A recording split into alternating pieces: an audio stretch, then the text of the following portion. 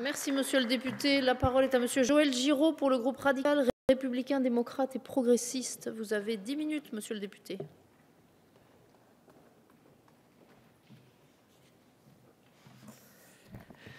Madame la présidente, monsieur le ministre, monsieur le rapporteur, mes chers collègues, nous commençons l'examen de la proposition de loi visant à rendre automatique l'incapacité pénale d'exercice pour les personnes définitivement condamnées pour des faits de pédophilie ou de détention d'images pédopornographiques, déposée par nos collègues du groupe Les Républicains à l'occasion de la journée d'initiative qui leur est réservée.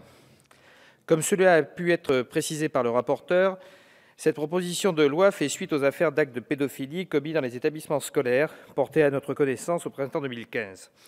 Les dispositions actuelles de l'article L. 133-6 du Code de l'action sociale et des familles permettent, en matière d'infraction commise sur un mineur, d'interdire à toute personne condamnée pour un crime ou pour un délit puni d'une peine d'emprisonnement d'au moins 2 mois sans sursis, la capacité d'exploiter, de diriger ou d'exercer une fonction dans les lieux accueillant des mineurs.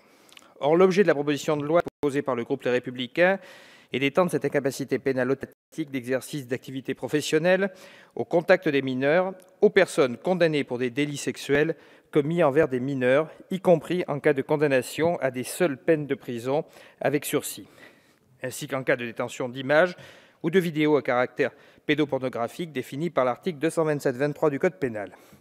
Ces délits comprennent les agressions sexuelles imposées aux mineurs, autres que le viol, la mise en péril des mineurs ou encore le recel d'images à caractère pédopornographique. Or, ce dispositif a déjà été débattu et fait suite à un amendement déposé par les Républicains et adopté après avis favorable de la garde des Sceaux et du rapporteur, notre collègue Dominique Raimbourg, à l'occasion de l'examen en juin et juillet dernier du projet de loi portant adaptation de la procédure pénale au droit de l'Union européenne, dit DADU pénal. Ces dispositions, ensuite réécrites avec le même contenu par un amendement du rapporteur, ont été présentées comme légitimes car relevant de l'éthique et de la bonne gestion des établissements impliquant des mineurs. Ce dispositif, bien qu'adopté par l'Assemblée nationale en lecture définitive, avait été censuré par le Conseil constitutionnel, non pas sur le fond, mais en ce qu'il ne présentait pas de lien, même indirect, avec l'objet du projet de loi examiné, celui-ci n'étant qu'un texte de transposition des directives européennes. Cette décision entérine d'ailleurs la position du Conseil constitutionnel en matière de projet de transposition des directives européennes, à savoir que toutes dispositions complémentaires, avec ou sans lien direct avec les dispositions objets de la transposition, seront jugées inconstitutionnelles en ce qu'elles ne constituent pas de simples articles de transposition. On peut considérer que cette jurisprudence du Conseil est bien sévère, d'autant plus qu'elle peut être, in fine, détournée lorsque l'intitulé du texte de loi dépasse la simple transposition de directive. Elle n'en doit pas moins s'imposer à nous. Aussi, mes collègues Stéphane Claireau et Jean-Pierre Magy avaient pu faire cette critique lors de l'examen des amendements présentés par le gouvernement sur le DADU pénal, la méthode étant pour le moins cavalière. Déposé hors délai, examiné à 1 h du matin un mercredi soir, après demande de retrait au profit d'un amendement du rapport plus mesuré, le gouvernement avait pris, une fois encore, quelques libertés avec le travail des parlementaires. Mais plus encore, le fond des amendements proposés avait pu faire l'objet de critiques. En effet, il visait à ouvrir la possibilité pour le ministère public d'informer les administrations et les organismes compétents de l'existence d'une enquête ou d'une instruction en cours concernant une personne dont l'activité professionnelle ou sociale est en lien avec les mineurs.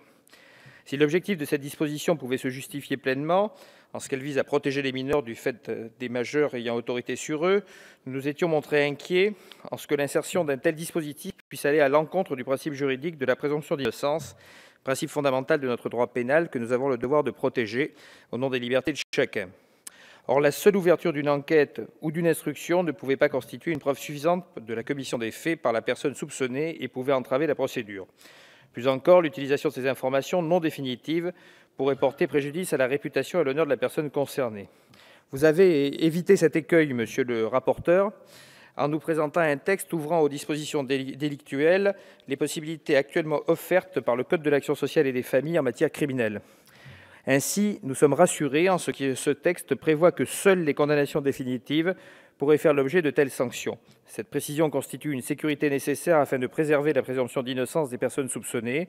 Ce dispositif équilibré respecte les droits de la défense tout en remplissant son objectif indispensable de protection des mineurs. Aussi, et pour finir, et vous l'aurez compris, le groupe radical, républicain, démocrate et progressiste votera la proposition de loi que nous examinons aujourd'hui. Merci, monsieur le